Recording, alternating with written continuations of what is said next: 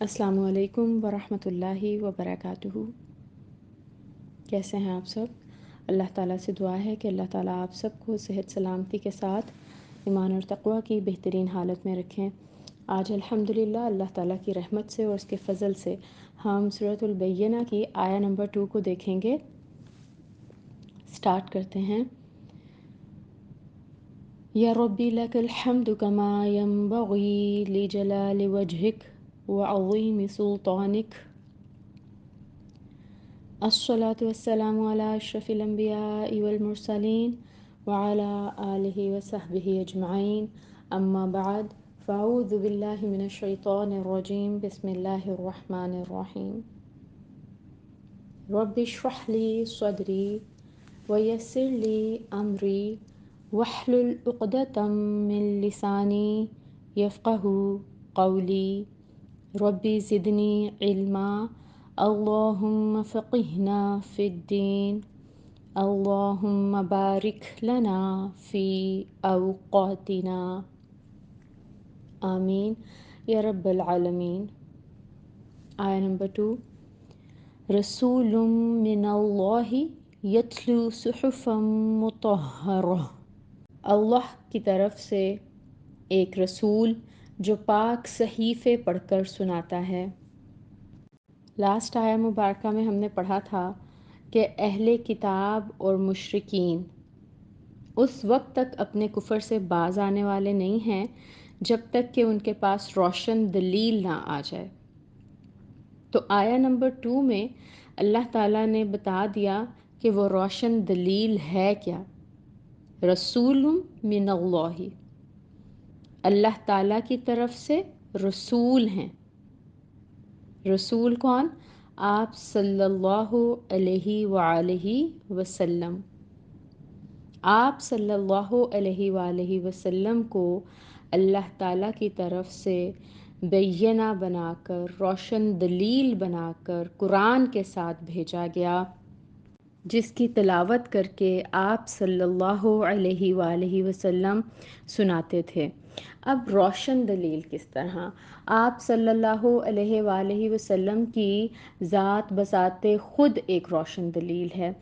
آپ صلی اللہ علیہ وآلہ وسلم امی تھے، پڑھنا لکھنا نہیں جانتے تھے، پھر قرآن جیسا خوبصورت کلام جب آپ صلی اللہ علیہ وآلہ وسلم نے لوگوں کے سامنے پیش کیا تو یہ اس بات کی بہت بڑی دلیل تھا، کیونکہ آپ صلی اللہ علیہ وآلہ وسلم تو نہیں لکھنا پڑھنا جانتے تھے۔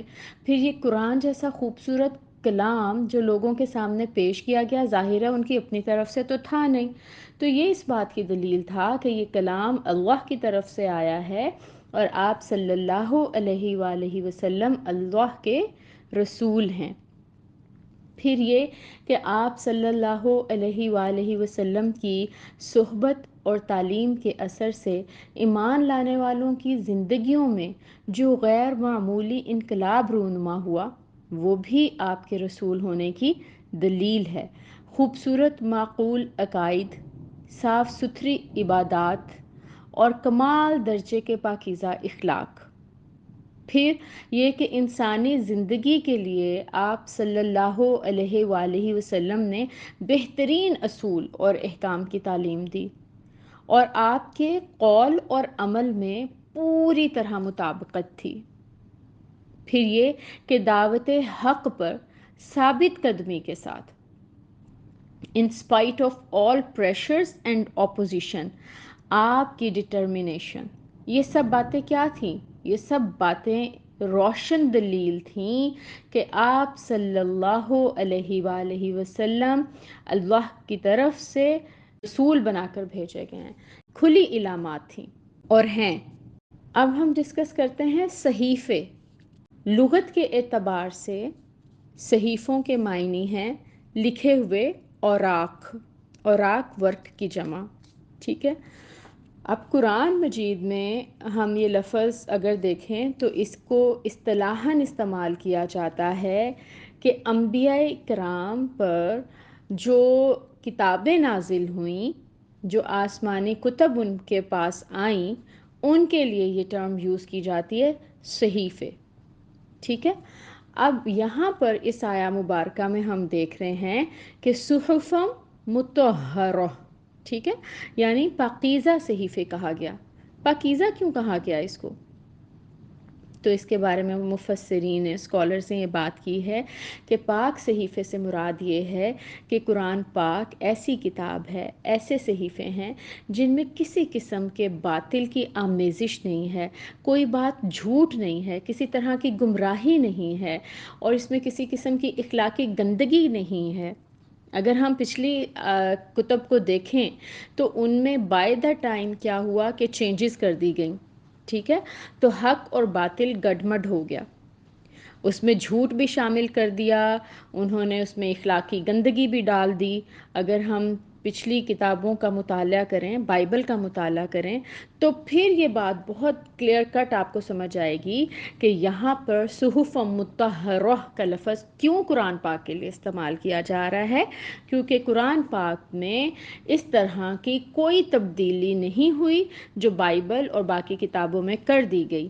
اس میں کسی باطل کی آمیزش نہیں ہے، یہ جس حالت میں آیا تھا آج بھی اسی طرح سے قائم ہے، اور اس میں کوئی تبدیلی نہیں ہے۔ اسی سے پتہ چلتا ہے کہ قرآن پاک ایک پاک اور مطہر کتاب ہے۔ حضرت ابن عباس نے فرمایا کہ صحف مطہرہ، اس سے مراد یہ ہے کہ صحیفے جھوٹ، شک، نفاق اور گمراہی سے پاک ہیں۔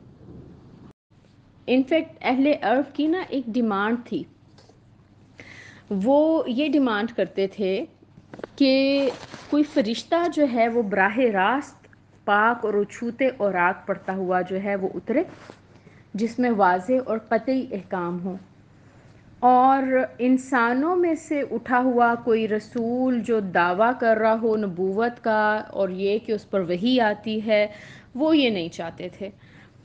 وہ یہ چاہتے تھے کہ اللہ کی طرف سے براہ راست کوئی فرشتہ آئے اور وہ پاک اور آگ پڑھ کر سنائے۔ اب ان کے اس اعتراض پر، ان کی اس ڈیمانڈ پر اللہ تعالیٰ کی طرف سے یہاں پر آنسر آ رہا ہے کہ یہ جو میگنیفیشنٹ رسول ہے نا، یہ اللہ کا رسول ہے، یہ اللہ تعالیٰ کی طرف سے ہیں، اور یہ جو پاکیزہ کتاب پڑھ کر سنا رہے ہیں یہ بھی اللہ کی طرف سے ہے۔ پاکیزہ اوراق ہیں جن کی یہ تلاوت کرتے ہیں۔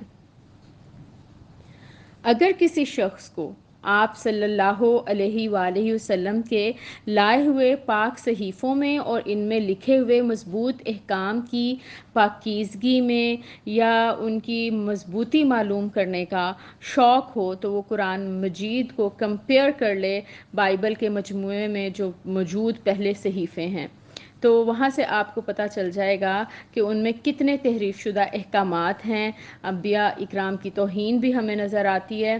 تو پھر پتہ چلتا ہے کہ قرآن مجید جو ہے وہ ایک پاکیزہ کتاب ہے، جس کو ہم آلریڈی ڈسکس کر چکے ہیں۔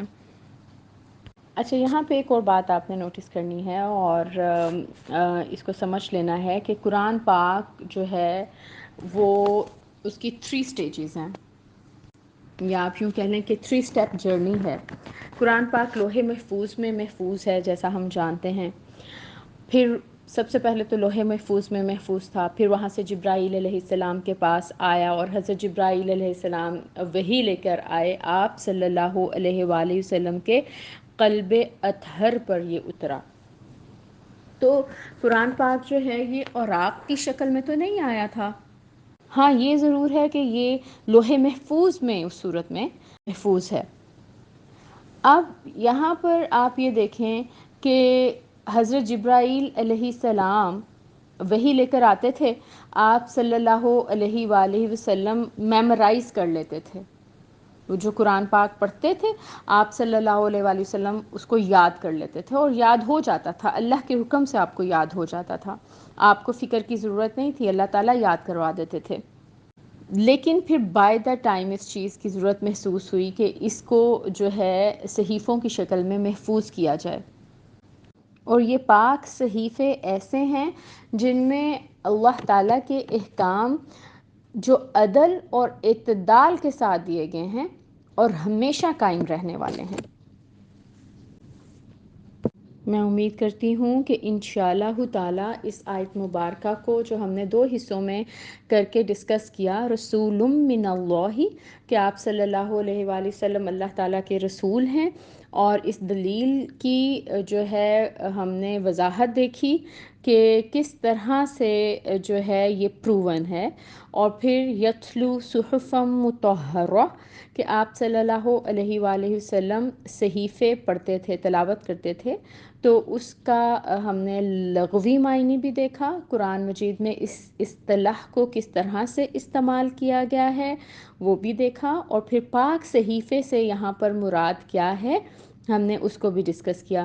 اللہ تعالیٰ سے دعا ہے کہ اللہ تعالیٰ ہمیں اپنی آیات کا بہترین فہم عطا فرمائیں اور بہترین طریقے سے عمل بھی کرنے کی توفیق عطا فرمائیں، آمین ثم آمین یا رب العالمین۔